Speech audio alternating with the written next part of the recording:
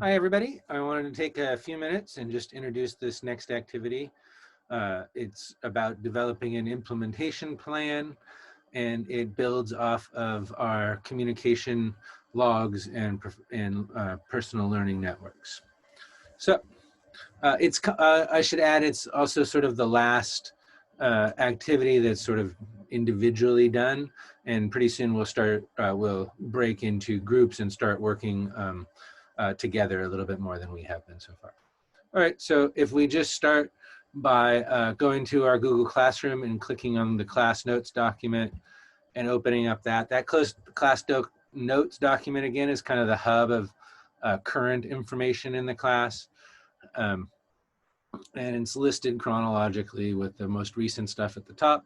And so this week-ish, it's a little more than a week that we'll be working on this. Our main goal is to develop a draft implementation plan of what our coding program is going to look like. So in just a minute, this video will be posted right here under the video.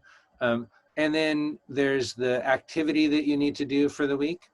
And then we'll get to that in just a second, but I want to just throw in that we're adding in weekly synchronous meetings on Zoom on Thursdays, 3 to 5 Alaska time, so that we can get together and just informally discuss what's going on with coding. If those times don't work for folks, like will never work for some people, let me know. We can probably open up another session without too much trouble. Additionally, 3 or 4 times during the semester, there'll be kind of a social synchronous get together. You know, we had hoped that would be more face-to-face, but it's not going to be. So we'll do that through Zoom again, and there's a form in here for some times on that for our first one coming up. I'll talk more about that later this coming week. Okay, so the big thing you need to do this week is the draft implementation plan. I'll open that up. That's in the classroom under assignments. But this is just easier to get to for me. Okay, so we're going to build on your communication log and your personal learning network from last week.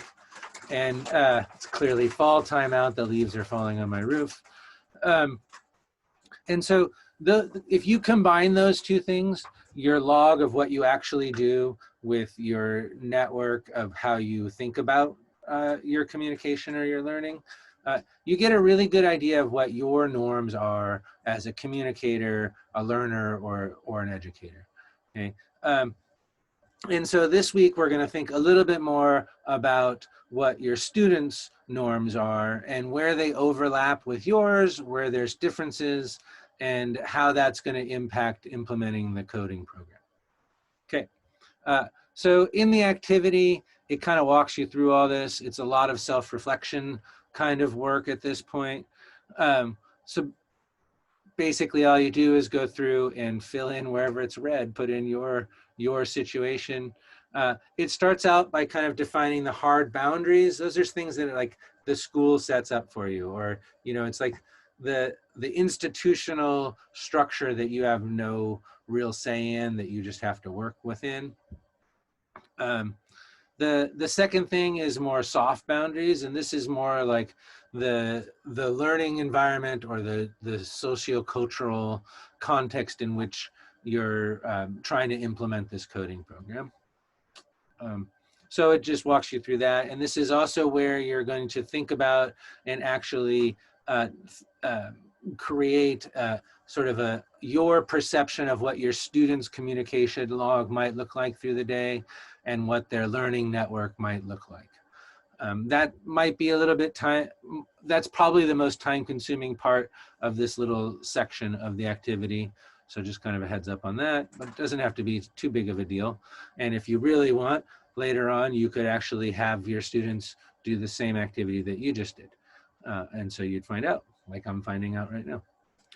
Okay, then there's some resources for you to kind of just remind you of what the APO coding curriculum that we're going to be using is.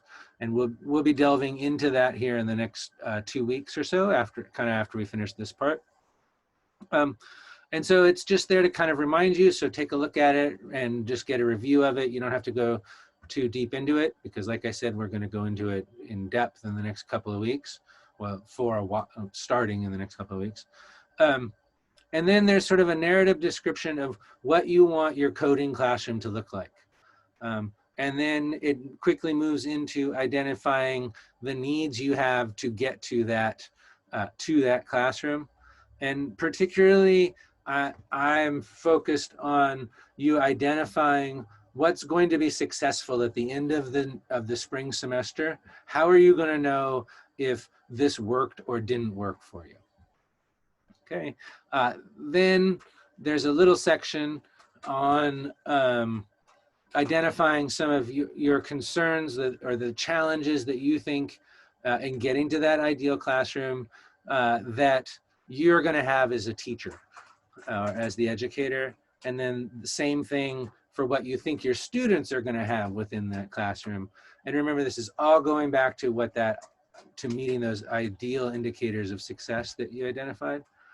And then the last thing is to do a brainstorm for a to-do list of kind of the things that have to happen to overcome those challenges or challenges that you've identified and get to that ideal classroom. Okay, and then, last thing is to sort of prioritize those challenges both by order of importance, but then also or by difficulty to achieve. Okay, that's it for this week. Remember that we will be having a live synchronous meetings this Thursday, 3 to 5, to just drop in so we can just chat about all these things. And email me if you have any questions.